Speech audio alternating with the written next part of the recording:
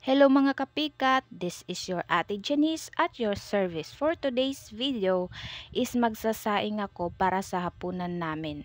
At ito na nga hinahanap ko yung kaldero namin kasi hinugasan yun ni mama. Hindi ko alam kung saan niya na ilagay yung kaldero namin. Kaya hanapin ko muna guys yung kaldero namin para makapagsaing na ako. At ito na nga, nahanap ko na po.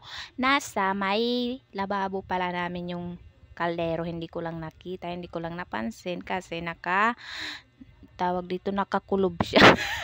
Nakakulob. Nakakulob iya aware ko kasi kay nag-iiretom laan iya bontot. Hugasan ko lang yung bigas para masaing ko na. Ito na nga guys, nagsasaing ako, nagtatakal ako ng bigas, 2 salmonan lang yung sasaingin namin ngayong gabi. Ngayong hapon, kasi 3 lang kami dito sa bahay, si mama, si ako, at saka yung pamangkin kong babae na maldita. Sobrang maldita. At ito na nga guys, hugasan ko yung bigas para malinis na malinis. 2 hugas yan para sure na sure tayo sa kalinisan. Pero yung tubig namin, iwan ko kung malinis. Wala kasi siyang guys filter.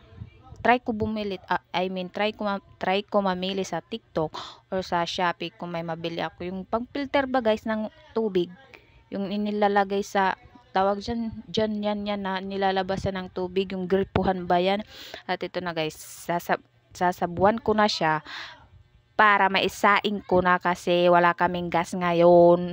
Ang aking gagamitin lang ay ang aming mahiwagang syungo. Ang daming artiko pa dyan pa. Sukul-sukul pa ako ng tubig kung tama na ba yan. Pero, di ko alam. Pero katapos-tapusan guys, hilaw. Hindi hilaw. Tawag dito, malagay pa yung katuon at adi na nga guys. Amin ito, pinakakalaban. Yung poot, yung aso, yung usok. Kasi masasakit sa mata. Literal na masakit sa mata.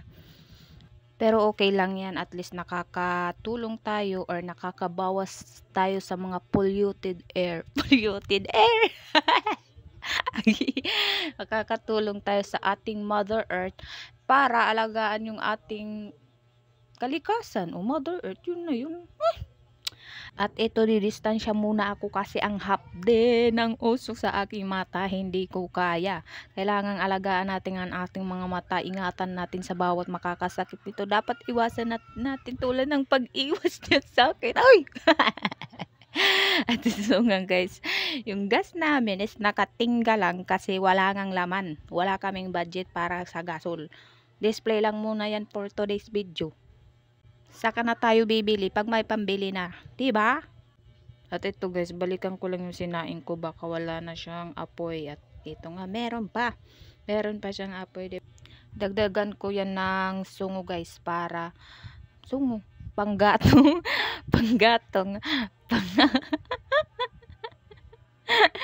panggatong para mas lumaki yung apoy, para madaling maluto, mabilis maluto yung ating sinaing kasi hahapon na, gagabi na guys. Magugutom na ako kasi pagsapit ng alas 6 guys, yung tiyan ko parang tawag dito, parang tumutunog-tunog siya, parang kumukulo, parang ganun, parang gusto niyang kumain na.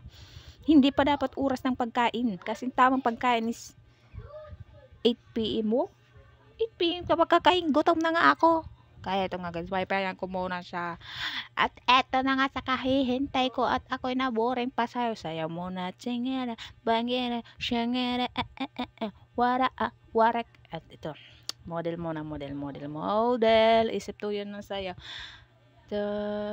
Burnsi, wara, wereki, waraku, check barabu, At ito pa, mag-isip pa tayo. Ice cream yummy. Ice cream good. Ice cream yummy. Ice cream good. Ay, epal. At ito nga guys, nakapagluto na pala ako ng ulam. Hindi ko na na-video kanina kasi nga bida-bida tayo. Ngayon ko lang naisipan mag-video. At ito, chinik ko yung aking sinaing kung kumakaladkad na ba siya. Kumakaladkad. Kumukulo. At ito na nga, ang aking pinakahihintay, kumukulo na siya.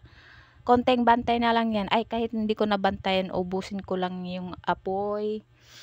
At magpapa-in na tayo para sa final result. Ilang muna for today's video. Bye!